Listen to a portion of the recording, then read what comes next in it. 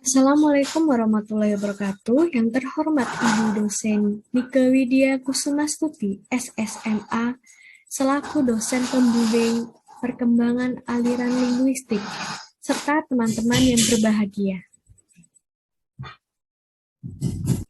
Pertama-tama, marilah kita panjatkan puji syukur kehadirat Allah Subhanahu wa Ta'ala, karena dengan nikmatnya kita dapat berkumpul pada pagi hari ini dalam acara presentasi kelompok 2.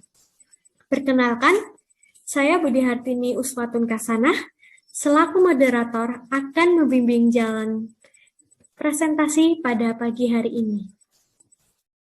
Presentasi pada pagi hari ini akan menjelaskan tentang aliran transformasional. Adapun anggota kelompok kami terdiri atas yang pertama, Okta Sylvia dengan NIM 21014200081. Yang kedua, saya sendiri, Budi Hartini Uswatun Kasanah dengan NIM 21014200082. Yang ketiga, Aufal Askia dengan NIM 21014200083.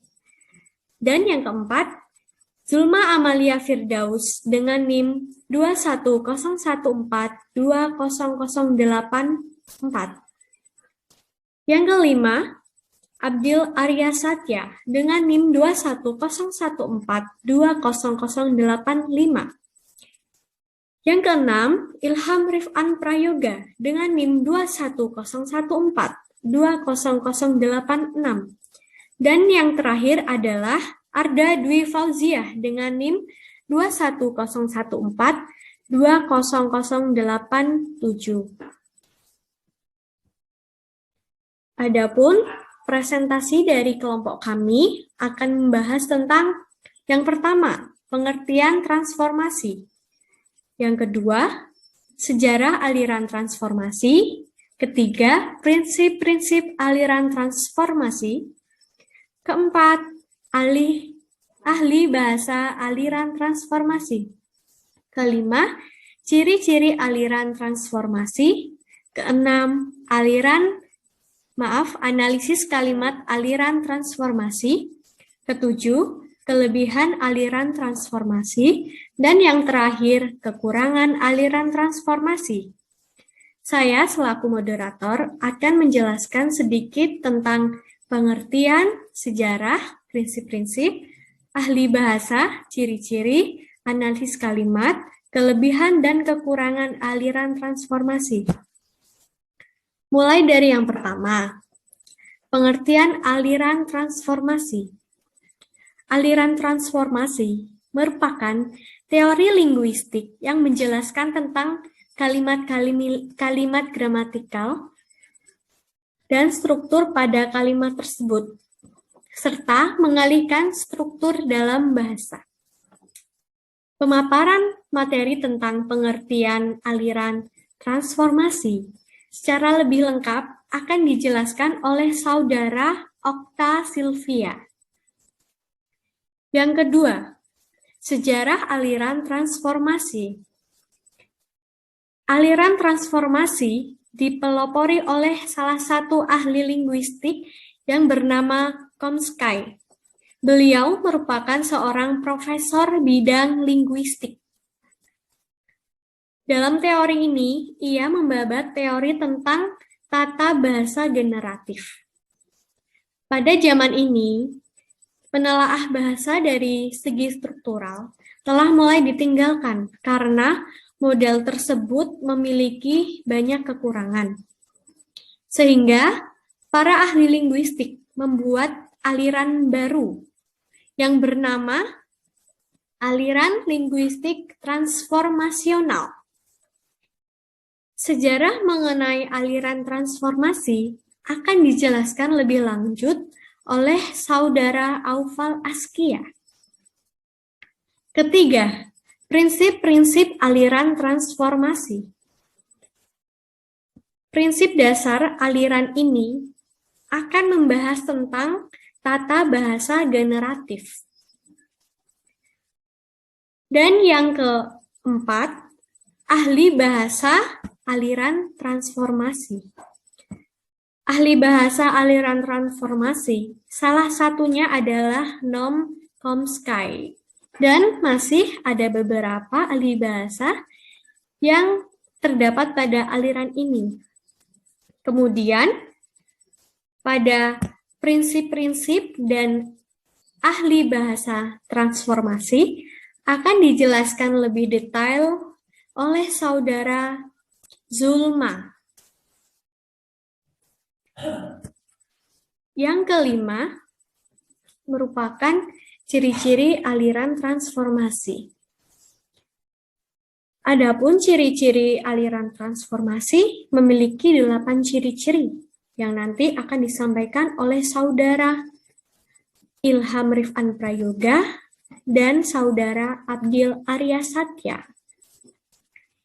Yang keenam, analisis kalimat aliran transformasi. Analisis kalimat menggunakan aliran transformasi akan dijelaskan secara lengkap oleh saudara Arda Dwi Fauziah. Dan materi nomor 7 dan 8 adalah kelebihan dan kekurangan aliran transformasi. Setiap aliran linguistik pasti memiliki kelebihan dan kekurangannya. Salah satu yang memiliki kelebihan dan kekurangannya adalah aliran transformasi. Materi ini akan disampaikan oleh saudara Arda Dwi Fauziah. Baik, selanjutnya adalah pemaparan materi tentang pengertian aliran transformasi yang akan disampaikan oleh saudara Okta Silvia. Untuk saudara Okta Silvia, saya persilakan untuk menyampaikan paparan materinya.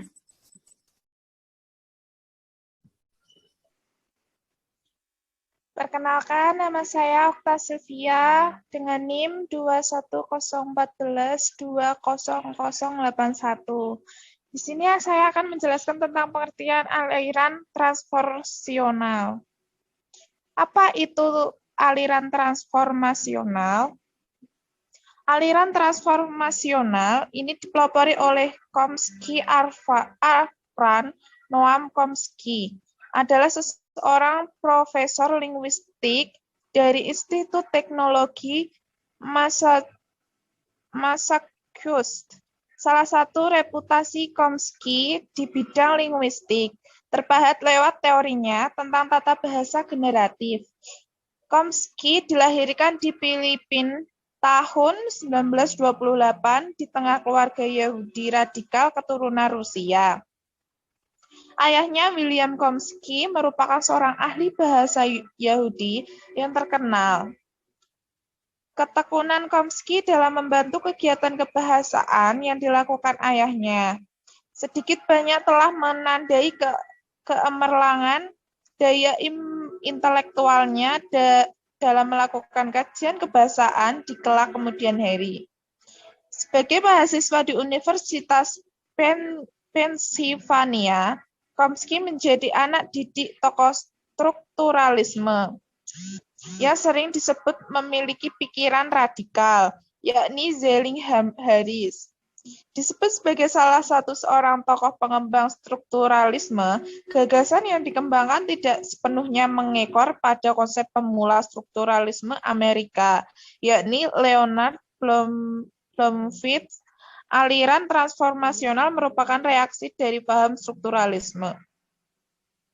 Konsep strukturalisme yang paling ditentang adalah konsep bahwa bahasa sebagai faktor kebiasaan atau habit. Nama yang dikembangkan untuk model tata bahasa yang dikembangkan oleh Chomsky ini adalah transformational generative grammar, tetapi dalam bahasa Indonesia lazimnya disebut tata bahasa transformasi atau tata bahasa generatif. Asumsi yang mendasari pendekatan bahasa secara transformasional ini adalah sebagai berikut. 1. Bahasa merupakan satu produk kebudayaan yang kreatif manusiawi. 2. Bahasa bukan merupakan rekaman tingkat laku luar yang berupa bunyi yang dapat didengar, melainkan bahasa merupakan salah satu proses mentalistik yang kelak kemudian dilahirkan dalam bentuk luar bunyi bahasa yang didengar atau kelak dimanifestasikan dalam bentuk tulisan. 3. Bahasa merupakan satu proses produktif sehingga metode analisis bahasa harus bersifat deduktif. 4. Formalisasi metamatis juga dapat dikenakan pada formalisasi sistem produktif bahasa. 5. Yang terakhir, analisis bahasa tidak dapat dilepaskan dari hakikat bahasa yang utuh, yakni bunyi dan makna. Menurut Chomsky, salah satu tujuan dari penelitian bahasa adalah untuk menyusun tata bahasa dari bahasa tersebut. Bahasa dapat dianggap sebagai kumpulan kalimat yang terdiri dari deretan bunyi yang mempunyai makna. Setiap tata bahasa merupakan teori dari bahasa itu sendiri, dan tata bahasa itu harus memenuhi 2 syarat, yaitu 1. Kalimat yang dihasilkan oleh bahasa itu harus dapat diterima oleh pemakaian bahasa tersebut sebagai kalimat yang wajar dan tidak dibuat-buat. Tata bahasa tersebut harus berbentuk sedemikian rupa sehingga istilah yang digunakan tidak berdasarkan pada gejala bahasa tertentu saja, dan semuanya ini harus sejajar dengan teori linguistik. Chomsky membedakan antara kemampuan dan perbuatan berbahasa. Dalam tata bahasa transformasional ini, kemampuanlah yang menjadi objeknya. Meski perbuatan berbahasa juga penting. Kompetens adalah kemungkinan yang terwaris dan tersimpan dalam otak manusia itu memberikan kemungkinan kepadanya untuk melakukan proses berbahasa. Dengan kata lain, kompetens adalah pengetahuan yang dimiliki oleh pemakai bahasa mengenai bahasanya. Ia berpendapat bahwa sebenarnya kalimat yang kita dengar dari seseorang pembicara bahasa tentu itu pada umumnya adalah kalimat-kalimat yang baru. Sedangkan performance adalah pencerminan dari kompetens yang juga dipengaruhi oleh berbagai situasi mental dan lingkungan real seperti keterbatasan ingatan, keteledoran, kecerobohan, dan sebagainya. Oleh karena itu, agar performs benar-benar merupakan pencerminan kompetens atau bunyi yang makna bersesuai dengan kaidah-kaidah kompetens, maka faktor-faktor ekstralinguistik tersebut jauh mungkin dihindari. Dengan kata lain, dapat kita katakan bahwa performs adalah pemakaian bahasa itu sendiri dalam keadaan sebenarnya. Menurut aliran transformasi, sebuah tata bahasa hendaknya terdiri dari sekelompok kaidah yang tertentu jumlahnya. Tetapi, dalam menghasilkan kalimat yang tidak terbatas jumlahnya, seseorang bisa membuat berbagai kalimat yang tidak terbatas jumlahnya, dan bisa ia mengerti, yang mana sebagai besar kalimat tersebut barangkali belum pernah diucapkan atau didengar. Kemampuan tersebut dinamakan aspek kreatif bahasa. Secara umum, transformasi generatif merupakan proses atau kaidah perubahan dari struktur dalam menjadi struktur luar atau permukaannya, baik dalam menambah, mengurangi, atau penghilangan, pemutasi, maupun penggantian. Teori transformasi generatif meninjau aspek bahasa berdasarkan sudut pandang bahasa itu sendiri, serta menelan unsur-unsur dan fungsi dalam bahasa yang diteliti. Beberapa ahli tata bahasa membuat batasan-batasan transformasi di bawah ini.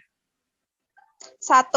Kraft 1980-153. Transformasi adalah suatu proses merubah bentuk menjadi bahasa menjadi bentuk-bentuk lain, baik dari bentuk sederhana ke bentuk yang kompleks maupun dari bentuk kompleks ke bentuk yang sederhana. 2. Samsuri 1981-35, Transformasi adalah proses atau hasil pengubahan sebuah struktur, kebebasan atau struktur yang lain menurut kaidah tertentu. Dari beberapa pendapat tersebut, dapat disimpulkan bahwa tata bahasa transformasi merupakan teori linguistik yang menyatakan bahwa tujuan linguistik adalah menemukan apa yang semesta dan teratur dalam kemampuan manusia untuk memahami dan menghasilkan kalimat-kalimat yang gramatikal.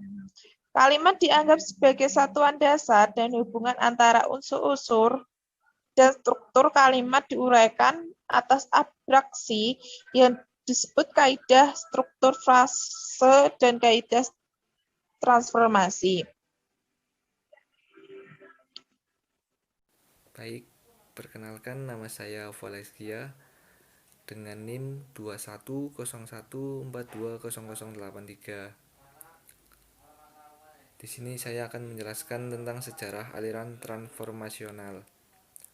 Selama puluhan tahun, linguistik struktural digandrungi para linguis modern sebagai satu-satunya aliran yang pantas diikuti dalam menganalisis bahasa. Kemudian, pada tahun 1957, aliran transformasional generatif grammar atau dalam bahasa Indonesia lazim disebut tata bahasa transformasi, tata bahasa generatif atau tata bahasa transformasi klasik, lahir dengan terbitnya buku Noam Chomsky yang berjudul Sintaksis Struktur pada tahun 1957. Adanya sambutan yang berupa kritik dan saran atas kekurangan yang ada dalam teori itu, menyebabkan munculnya lagi buku Chomsky pada tahun 1965 dengan judul Aspect of the Theory of Syntax. Dalam buku ini, Chomsky telah menyempurnakan teorinya mengenai sintaksis dengan mengatakan beberapa perubahan yang prinsipil, yaitu sebagai berikut. Yang pertama, komponen semantis suatu deskriptif linguistik berbentuk seperangkat kaidah interpretatif yang beroperasi pada sintaksis. Kalimat-kalimat kaidah ini agak mirip dengan kaidah fonologis. Yang kedua, ada pembedaan antara struktur lahir dan batin. Struktur lahir jauh lebih menyerupai struktur yang oleh para strukturalis langsung diabstrakkan oleh bentuk-bentuk kalimat. Struktur batin merupakan abstraksi yang berbeda, tetapi dengan diakuinya struktur tersebut, maka tersedia sistem yang lebih kaya untuk menganalisis dan menjelaskan hubungan timbal balik antara sintaksis dan semantik dalam kalimat-kalimat bahasa yang alami. Yang ketiga, distribusi dari elemen-elemen sintaksis diubah secara bertahap yang memperkaya struktur frase atau struktur batin dengan mengorbankan kaidah transformasi. Selanjutnya, transformasi dikendalikan oleh struktur batin dan kemudian dikemukakan bahwa transformasi itu sendiri tidak mempunyai pengaruh terhadap makna kalimat. Kategori seperti negasi, pasif, pertanyaan, dan perintah, serta hubungan subordinat dan koordinat secara formal diperkenalkan sebagai bagian dari kaidah transformasi.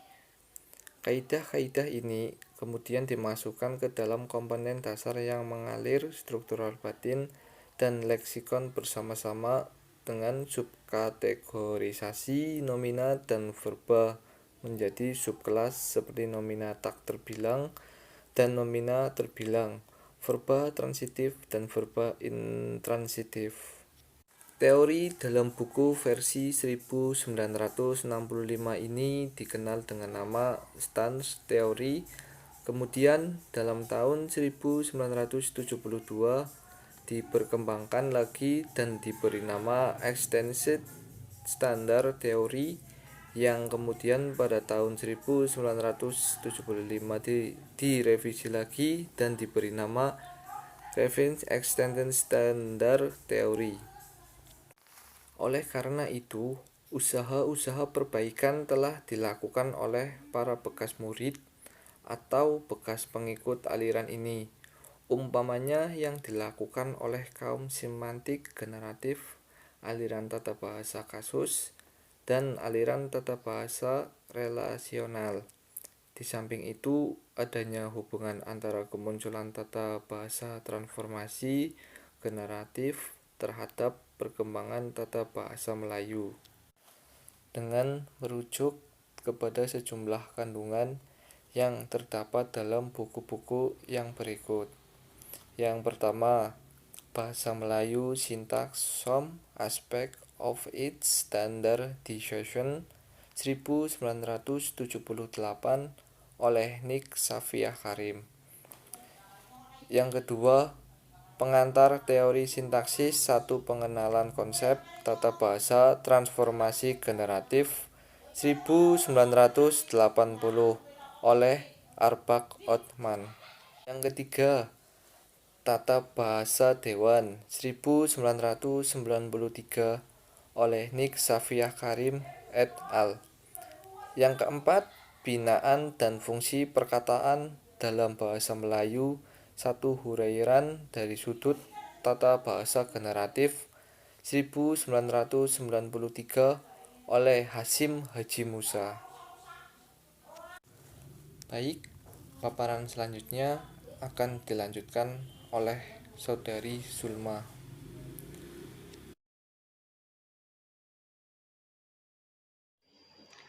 Selanjutnya ada prinsip dasar aliran transformasional. Menurut aliran ini, sebuah tata bahasa hendaknya terdiri dari sekelompok kaidah yang tertentu jumlahnya, tetapi dapat menghasilkan kalimat yang tidak terbatas jumlahnya, dan dapat menghasilkan kalimat yang tidak terbatas jumlahnya.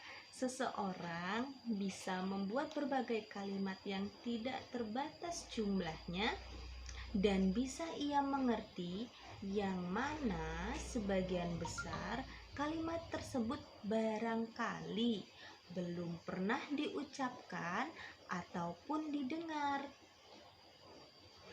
Kemampuan tersebut dinamakan aspek kreatif bahasa. Cengkraman tata bahasa struktural dalam kajian linguistik yang seakan tidak bisa lepas lagi sedikit demi sedikit mengalami ketercabutan dengan dipublikasikannya gagasan Chomsky lewat bukunya Sintaksis Struktur. Gagasan dasar Chomsky dalam buku tersebut yang lebih lanjut disebut dengan tata bahasa generatif transformasional pertama. Chomsky disebut sebagai salah satu tokoh pengembang strukturalisme. Gagasan yang dikembangkan tidak sepenuhnya mengekor pada konsep pemula strukturalisme Amerika, yaitu Leonard Bloomfield. Aliran transformasional merupakan reaksi dari paham strukturalisme. Konsep strukturalisme yang paling ditentang adalah konsep bahwa bahasa sebagai faktor kebiasaan atau habit. Nama yang dikembangkan untuk model tata bahasa yang dikembangkan oleh Chomsky ini adalah informational generative grammar. Tetapi dalam bahasa Indonesia disebut tata bahasa transformasional atau tata bahasa generatif. Asumsi yang mendasari pendekatan penempatan tata bahasa secara transformasional ini sebagai berikut. Yang pertama, bahasa merupakan satu produk kebudayaan yang kreatif manusiawi. Yang kedua, bahasa bukan merupakan rekaman tingkah laku luar yang berupa bunyi yang dapat didengar, melainkan bahasa merupakan suatu proses mentalistik yang kelak kemudian dilahirkan dalam bentuk luar bunyi bahasa yang didengar atau kelak dimanifestasikan dalam bentuk tulisan. Yang ketiga, bahasa merupakan satu proses produktif sehingga metode analisis bahasa harus bersifat deduktif. Nah, yang keempat, formalisasi matematis dapat juga dikenakan pada formalisasi sistem produktif bahasa. Dan yang terakhir, analisis bahasa tidak dapat dilepaskan dari hakikat bahasa yang utuh, yakni bunyi dan makna.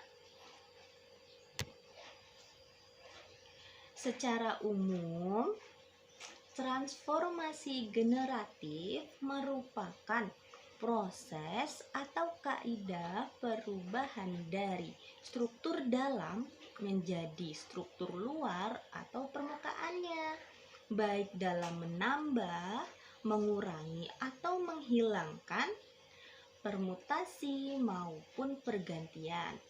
Teori transformasi generatif meninjau aspek bahasa berdasarkan sudut pandang bahasa itu sendiri, serta menelaah unsur-unsur dan fungsinya dalam bahasa yang diteliti. Selanjutnya ada ahli bahasa yang beraliran transformasional. Ahli bahasa yang beraliran transformasional ini antara lain ada N. Chomsky, P. Postal, J. A. Fodor, M. Hale, R. Palmatier, J. J. Katz, J. Lyons, Y. P. B. Allen, P. Van Buren, R. D. King, R. D. A. Jacob, J. Green, W. A. Cook, sebelum pindah ke Takmenik, dan lain-lain. Konsep-konsep linguistik modern seperti yang dikembangkan oleh Chomsky, yakni teori transformasi generatif. Gemanya di Indonesia pada akhir tahun 50-an. Pendidikan formal linguistik, Fakultas Sastra dan Pendidikan Guru sampai akhir tahun 50-an masih terpaku pada konsep-konsep tata bahasa tradisional yang sangat bersifat normatif.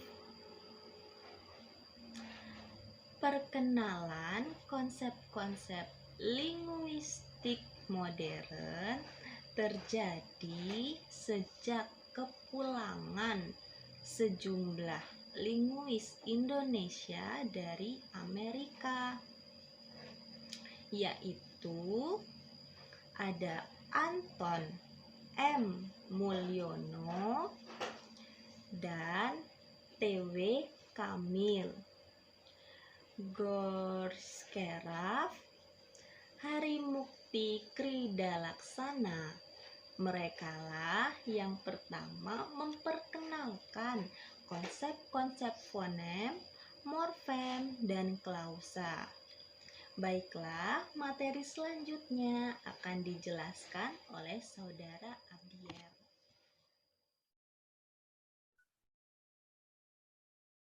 Perkenalkan, nama saya Abdiar Satya, NIM 2101420085, akan menjelaskan apa saja ciri-ciri dari aliran transformasional. Pertama, ciri-ciri aliran transformasional itu terdiri dari berdasarkan paham mentalistik, kedua, bahasa merupakan innate,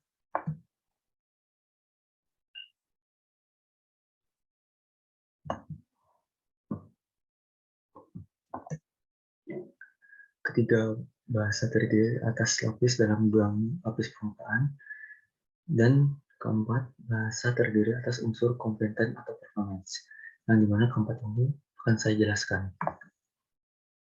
Pertama, berdasarkan paham mentalistik, aliran ini beranggapan bahwa proses berbahasa bukan sekadar proses rangsang tanggap semata-mata, akan tetapi justru menonjol sebagai proses kejiwaan. Proses berbahasa bukan sekadar proses fisik yang berupa bunyi sebagai hasil sumber getar yang diterima oleh alat auditoris, akan tetapi berupa proses kejiwaan di dalam diri peserta bicara. Oleh karena itu, aliran linguistik ini sangat erat kaitannya dengan subdisiplin psikolinguistik. Lalu berikutnya, ada bahasa merupakan innate. Jadi, bahasa merupakan innate ini, di mana kaum transformasi menertawakan anggapan kaum struktural bahwa bahasa merupakan faktor kebiasaan atau habit. Mereka beranggapan dengan penuh keyakinan bahwa bahasa merupakan faktor innate atau bisa disebut sebagai warisan keturunan. Apabila kaum struktural dapat memberikan bukti bahwa bahasa merupakan habit, maka kaum transformasi pun bisa menunjukkan bahwa bahasa bukan bahasa hukum habit. Dalam kasus ini, Chomsky pernah minta bantuan seseorang rekannya yang ahli bedah otak. Berkat bantuan rekannya itu, dapat dibuktikan bahwa struktur otak manusia dengan struktur otak simpanse hampir mirip atau persis, kecuali satu simpul syaraf yang ada pada struktur otak manusia tidak terdapat pada struktur otak simpanse. Itulah sebabnya simpanse tidak dapat berbicara walaupun kadang-kadang ada simpanse yang keterampilan dan kecerdasannya mendekati atau hampir sama dengan manusia. Walaupun dilatih dengan metode drill atau praktis 1000 kali sehari tidak akan mungkin seekor simpanse dapat berbicara. Sebab dapat atau tidaknya berbicara itu bukan karena adanya faktor latihan atau kebiasaan, melainkan karena faktor warisan atau innate. Menurut kenyataan, dan memang telah dikodratkan bahwa simpanse memang tidak mempunyai innate itu. Jika tidak mungkin seekor simpanse dapat berbahasa.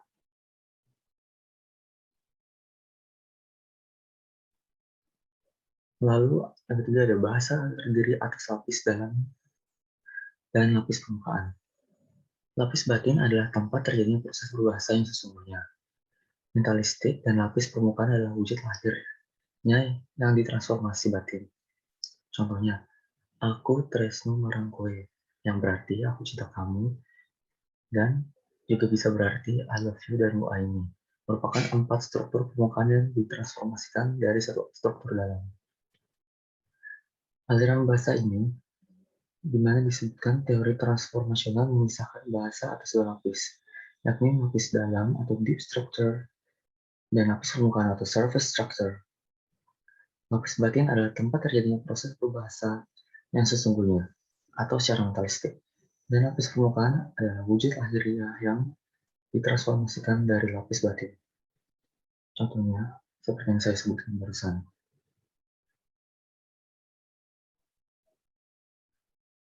Lalu berikutnya ada bahasa terdiri atas unsur kompeten atau performance. Linguistik kompeten atau kemampuan linguistik adalah pengetahuan seseorang tentang bahasanya, termasuk juga di sini kemampuan seseorang untuk menguasai kaidah-kaidah yang berlaku bagi bahasanya. Sedangkan linguistic performance atau performasi linguistik adalah keterampilan seseorang menggunakan bahasa.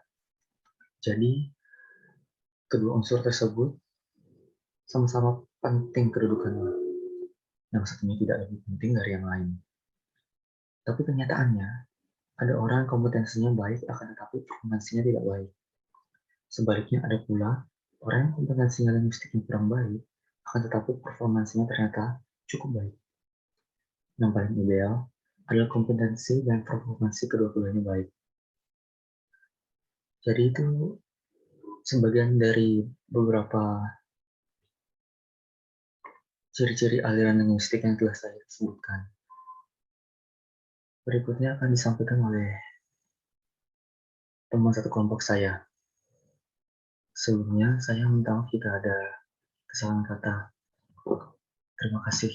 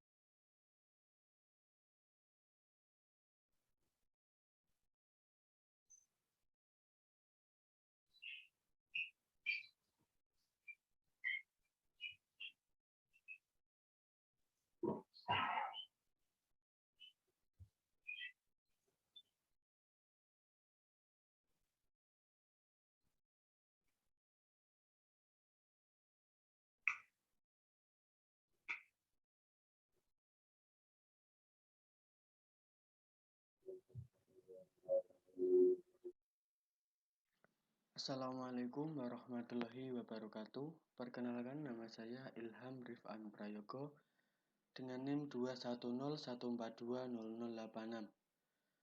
dari Prodi Pendidikan Bahasa dan Sastra Indonesia, Fakultas Bahasa dan Seni Universitas Negeri Semarang. Di sini saya akan melanjutkan pemaparan materi ciri-ciri aliran transformasional. Ciri yang kelima, analisis bahasa bertolak dari kalimat. Kaum transformasional beranggapan bahwa kalimat merupakan tatanan tertinggi gramatikal. Dari kalimat analisisnya turun ke frasa dan kemudian dari frasa turun ke kata. Keistimewaan teori transformasional ini ialah tidak diakuinya eksistensi klausa. Itulah sebabnya mengapa analisisnya dari kalimat langsung turun ke frasa melalui klausa. Pengingkaran terhadap keberadaan tataran klausa ini oleh aliran lain dianggap sebagai perlakuan yang semena-mena. Ciri yang keenam, bahasa bersifat kreatif. Ciri ini merupakan reaksi atas anggapan kaum struktural yang fanatik terhadap standar keumuman. Bagi kaum transformasional, masalah umum atau tidak umum bukanlah suatu persoalan. Yang paling penting adalah kaidah. Walaupun suatu bentuk bahasa tersebut belum umum asalkan pembentukannya sesuai dengan kaidah yang berlaku. Maka tidak ada halangan untuk mengakuinya sebagai bentuk yang gramatikal.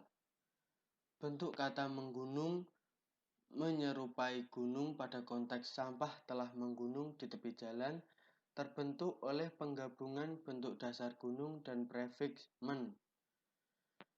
Hal tersebut terjadi pula pada bentuk menganak sungai yang artinya menyerupai anak sungai pada konteks peluhnya menganak sungai. Dengan kaidah semacam itu, maka kita dapat membentuk konstruksi-konstruksi lain secara kreatif. Misalnya, bajunya robek membibir, menyerupai bibir. Pohon itu memayung, menyerupai payung. Larinya mengejet, menyerupai jet. Batu itu mengursi, menyerupai kursi. Buah jeruk itu membola, menyerupai bola. Kemudian ciri yang ketujuh, membedakan kalimat ini dengan kalimat transformasi. Aliran ini membedakan dua macam kalimat, yaitu kalimat inti dan kalimat transformasi. Kalimat inti adalah kalimat yang belum dikenai kaidah transformasi, sedangkan kalimat transformasi adalah kalimat yang dikenai kaidah transformasi. Adapun ciri-ciri kalimat inti ialah lengkap, simple statement, aktif, positif, dan runtut. Secara skematis dapat dikemukakan sebagai berikut. Analisis diwujudkan dalam bentuk rumus dan diagram pohon. Di dalam buku tata bahasa dan buku pelajaran bahasa Indonesia, kalimat inti diartikan sebagai kalimat yang terdiri atas dua kata.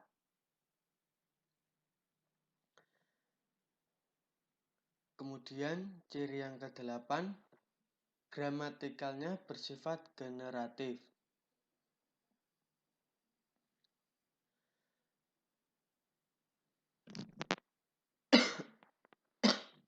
Tata bahasa yang bertolak dari teori dinamakan tata bahasa generatif transformasi. Di dalam teori ini ada anggapan bahwa aturan gramatikal memberikan mekanisme dalam otak yang membangkitkan kalimat-kalimat. Dengan satu kaidah atau dengan sedikit kaidah kita dapat menghasilkan kalimat yang tidak terhingga banyaknya. Teori transformasional ini pada garis besarnya terdiri atas dua generasi, yaitu generasi pertama dan generasi kedua. Generasi pertama ini biasanya disebut generasi synthetic structures, sedangkan generasi kedua biasanya disebut generasi aspect of the theory of syntax. Generasi pertama berangkat tahun monumental 1957 dan generasi kedua 1965. Perbedaan prinsip kedua generasi itu ialah pada generasi pertama komponen semantik belum diintegrasikan, sedangkan pada generasi kedua komponen semantik sudah diintegrasikan bersama dengan komponen sintaksis dan fonologi. Kalimat transformasi merupakan kalimat yang sudah dikenai kaidah transformasi. Secara skematis dapat digambarkan sebagai berikut. Kalimat inti lengkap, kaidah transformasi pelepasan atau delisi, kalimat transformasi pelepasan atau delisi. Kemudian kalimat inti singkat atau mudah dipahami, kaidah transformasi penggabungan. Kemudian kalimat inti aktif, kaidah transformasi penafsiran. Kalimat inti statement kaidah transformasi tanya atau perintah. Kalimat inti positif, kaidah transformasi pengingkaran. Kemudian kalimat inti runtut, kaidah transformasi pembalikan. Sekian dari saya. Materi selanjutnya akan disampaikan oleh Arda. Baik, terima kasih atas waktu yang telah diberikan. Sebelumnya, perkenalkan nama saya Arda Dwi Fauziza dengan NIM 21014200087. Selanjutnya, saya akan melanjutkan mengenai paparan aliran transformasional yang telah dijelaskan oleh teman-teman saya sebelumnya. Dalam hal ini, saya akan memaparkan mengenai analisis kalimat menggunakan aliran transformasi, jenis-jenis kalimat transformasi, serta kelebihan dan kekurangan dari aliran transformasional. Yang pertama yakni analisis kalimat menggunakan aliran transformasi. Aliran transformasi tidak memakai analisis kalimat berdasarkan unsur langsung seperti aliran struktural, tapi analisis diwujudkan dalam diagram pohon dan rumus. Diagram pohon dijadikan sebagai alat ukur untuk menghubungkan struktur batin dengan struktur lahir suatu kalimat. Diagram ini juga berfungsi untuk menganalisis relasi gramatis dan generalisasi suatu kalimat. Analisis dalam teori ini dimulai dari struktur kalimat, lalu turun ke frase menjadi frase benda dan frase kerja, kemudian dari frase turun ke kata. Jadi tidak mengenal tataran klausa. Sebagai contoh berikut ini. Saya membuka pintu. Pintu dibuka oleh saya termasuk pemasifan. Saya tidak membuka pintu, termasuk pengingkaran. Bukalah pintu itu, termasuk perintah. Siapa yang membuka pintu itu, termasuk penanyaan. Buka pintu, termasuk pelepasan. Dan pintu buka, termasuk inversi. Selanjutnya, jenis-jenis kalimat transformasi terbagi menjadi dua, yakni transformasi tunggal dan transformasi umum. Transformasi tunggal yakni transformasi dengan kalimat masukan tunggal dan menghasilkan kalimat keluaran struktur tunggal. Transformasi tunggal terbagi menjadi transformasi pasif, transformasi imperatif, transformasi negatif, transformasi tanya, transformasi fokus, transformasi refleksif, dan transformasi kausatif. Yang pertama, transformasi pasif. Transformasi pasif merupakan transformasi tidak wajib. Bisa diterapkan seperlunya dan merupakan variasi stilistis dari beberapa macam kalimat. Yang kedua, transformasi imperatif. Imperatif merupakan bentuk kalimat di mana verba dalam kalimat tersebut mengungkapkan perintah atau larangan dalam mengerjakan sesuatu. Yang ketiga, transformasi negatif. Transformasi negatif disebut kalimat yang mengandung unsur penolakan. Yang keempat, transformasi tanya. Pada umumnya, kalimat pertanyaan bertujuan untuk mengetahui keadaan tempat, tujuan, orang, waktu, dan lain-lain. Tetapi, bentuk kalimat transformasi yang dianalisis adalah kalimat yang sederhana. Kemudian, yang kelima, transformasi fokus. Seorang penutur yang memberikan penekanan dan pementingan tertentu kepada salah satu bagian tutur disebut fokus. Dalam bentuk lisan ataupun tulis, biasanya tekanan selalu ditempatkan di bagian depan, yang bisa dilihat pada struktur luarnya. Yang keenam, transformasi refleksif. Transformasi refleksif akan terjadi bila rujukan peran pelaku dan peran penderita bersifat mandiri. Transformasi ini pada umumnya terjadi pada verba yang berhubungan dengan gerak dan perbuatan yang mengenai diri sendiri. Yang terakhir yakni transformasi kausatif. Transformasi kausatif menunjukkan hubungan peran pelaku dan peran penderita yang bersifat kausal atau penyebab. Kemudian transformasi umum.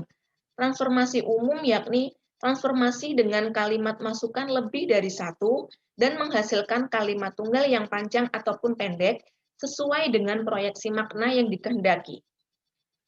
Transformasi umum terbagi menjadi transformasi gabungan, transformasi relatif, transformasi alternatif, transformasi adjektivis, transformasi ekstraposisi, transformasi resiprok, dan transformasi fokus, serta transformasi pencakup dan transformasi rapatan. Yang pertama yakni transformasi gabungan. Transformasi gabungan situasi terbagi atas beberapa macam berdasarkan kehendak penggabungan, di antaranya TKK penyebab, TKK kahanan, TKK konsesif, TKK final, TKK konsekutif, TKK restriktif, TKK temporal, TKK lokal, TKK bandingan, TKK modalitas, dan TKK lawanan. Yang kedua, transformasi relatif. Transformasi relatif adalah proses penggabungan satu preposisi ke preposisi lainnya untuk membatasi ataupun menjelaskan salah satu bagiannya. Yang ketiga, transformasi alternatif. Kalimat kantetan pilihan yaitu hubungan antara induk kalimat dan anak kalimat yang berhubungan dengan pilihan. Yang keempat, transformasi ekstraposisi. Ekstraposisi merupakan satu tipe transformasi tidak wajib. Sebuah kalimat akan lebih mudah dipahami jika kerumitan gramatikal terjadi di sebelah kanan atau di belakang predikat daripada di depan predikat. Kemudian transformasi resiprok. Transformasi resiprok menunjukkan verba yang melakukan pekerjaan saling berbalasan. Kemudian transformasi fokus. Terdapat dua tipe transformasi fokus, yaitu transformasi fokus dengan satu masukan SB diberi notasi TFOK1 dan transformasi fokus dengan dua kalimat masukan ditandai dengan notasi TFOK2. Selanjutnya, transformasi pencakup. Dalam transformasi umum, sudah ditunjukkan bahwa klausa-klausa dapat berdampingan dalam satu kalimat di SL. Klausa-klausa tersebut bisa berdiri sendiri atau merupakan perluasan sebuah gatra dalam bentuk klausa. Kemudian, transformasi rapatan. Transformasi rapatan terjadi jika dalam dua kalimat masukan di SB ada satu unsur yang mempunyai rujukan yang sama.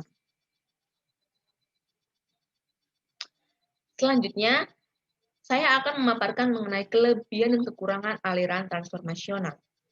Kelebihan aliran transformasi adalah yang pertama, proses berbahasa merupakan proses kejiwaan bukan fisik. Yang kedua, secara tegas memisah pengetahuan kebahasaan dengan keterampilan berbahasa atau linguistik kompeten dan linguistik performance. Yang ketiga, dapat membentuk konstruksi-konstruksi lain secara kreatif berdasarkan kaidah yang ada. Yang keempat, dengan pembedaan kalimat inti dan transformasi telah dapat dipilah antara substansi dan perwujudan. Yang kelima, dapat menghasilkan kalimat yang tak terhingga banyaknya, karena gramatiknya bersifat generatif. Di samping kelebihan, pasti ada kekurangan. Kekurangan dari aliran ini yakni, yang pertama, tidak mengakui eksistensi klausa, sehingga tidak dapat memilah konsep klausa dan kalimat. Yang kedua, bahasa merupakan innate, walaupun manusia memiliki innate untuk berbahasa, tetapi tanpa dibiasakan atau dilatih, mustahil akan bisa. Yang ketiga, setiap kebahasaan selalu dikembalikan kepada deep struktur. Sekian paparan yang dapat saya sampaikan. Mohon maaf jika ada kesalahan. Untuk selebihnya, saya kembalikan kepada moderator.